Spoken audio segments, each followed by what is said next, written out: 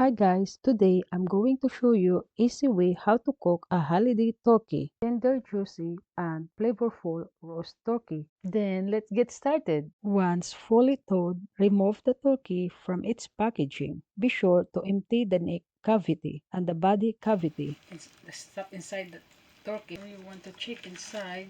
That's where the gizzard and the liver.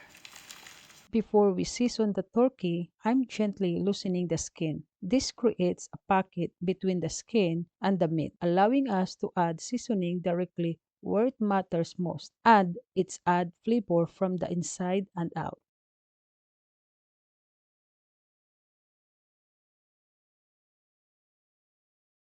In a small container, 1 teaspoon basil, 1 teaspoon thyme, 1 teaspoon rosemary, 1 teaspoon salt, 1 teaspoon garlic powder, and 1 teaspoon ground black pepper. Then, mix the spices well or until combined.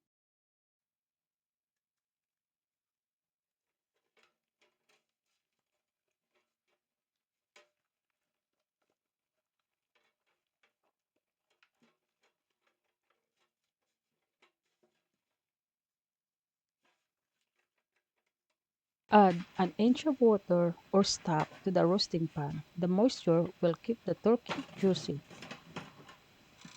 Roast 21 pounds 4 hours, 350 Fahrenheit or 177 Celsius. If you enjoyed this recipe, hit that like button and subscribe for more delicious videos. A roasting pan takes the stress out of roasting a turkey. It holds the bird steady, catches every drop of flavor for gravy, and cleaning up so much easier. No mess, just one pan that does it all.